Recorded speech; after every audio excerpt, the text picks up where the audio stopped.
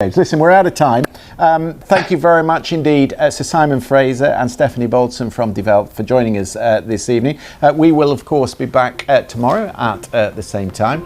I do hope you will join us for that. For the moment, from all of us here, thank you very much for watching. Have a very good evening. Good night.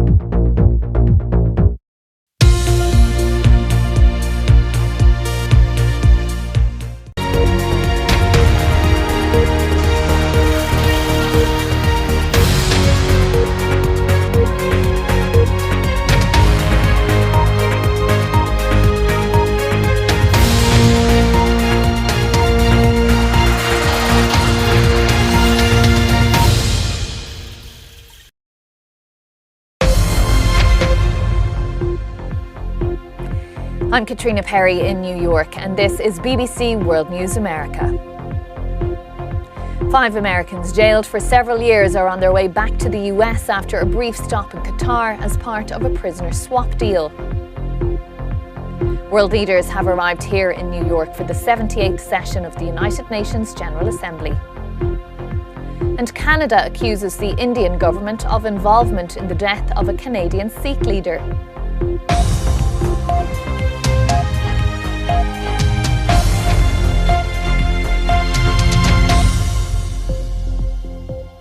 Hello and welcome to World News America. I'm here in New York this week for the UN General Assembly, where dozens of world leaders will speak in the coming days.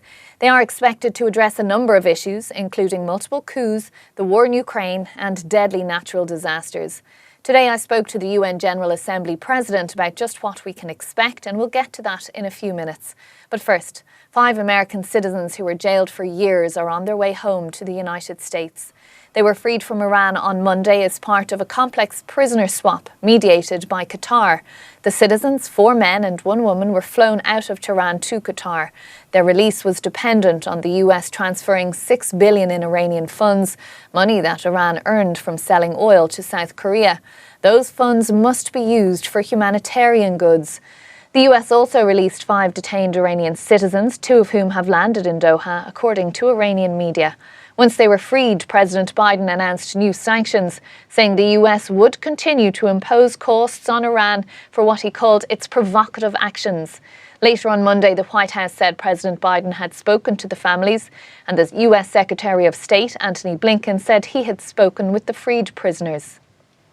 Here in New York, over 150 heads of state and government ministers, including US President Joe Biden, have arrived for the opening of the 78th United Nations General Assembly. The next 7 days are an opportunity for UN members to share their agendas, highlight grievances and follow up on initiatives. It's the one time each year where countries can debate and vote on international issues of economic development, humanitarian aid, peace and conflict. Each country has 1 vote.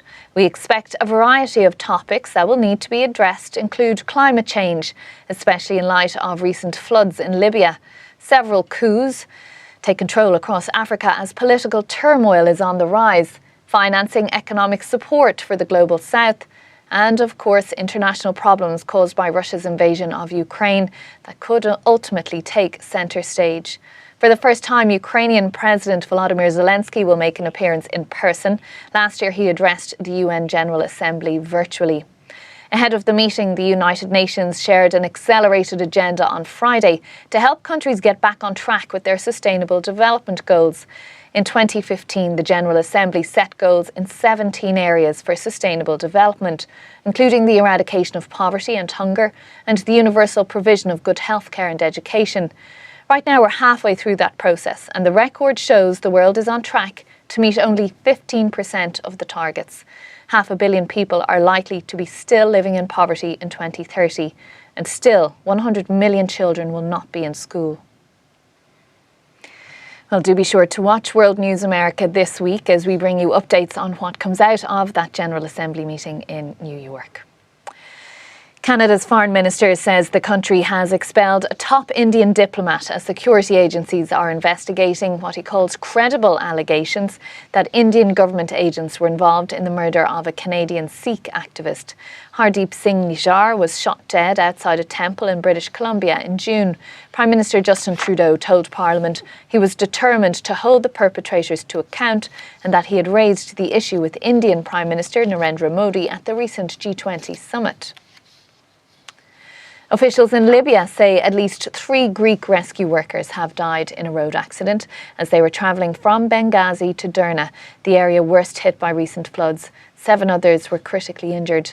It comes as rescue teams continue to pull out the bodies of the many Libyans who died when 2 dams burst in the wake of Storm Daniel. UN agencies have warned that Derna faces the threat of disease outbreaks, which could bring what they describe as a second devastating crisis. They say 30,000 people have been left homeless in Derna and that there's a desperate need for clean water, food and basic supplies to mitigate the growing risk of cholera, diarrhoea, dehydration and malnutrition. Our correspondent Anna Foster has had special access to a recovery zone in Derna. A notorious anti-migrant group has registered as a South African political party in time for next year's general election. Operation Dudula, which means Operation Force Out in Zulu, has vowed to take its campaign against undocumented foreign nationals to the country's parliament. BBC Africa Eye's Ayanda Charlie reports from Johannesburg. Remember, you can find out more about all of the day's news and plenty more at our website, bbc.com/news. Plus, to see what we're working on at any time, do check us out on your favourite social media website. I'm Caitriona Perry in New York. Thanks for watching World News America. Take care.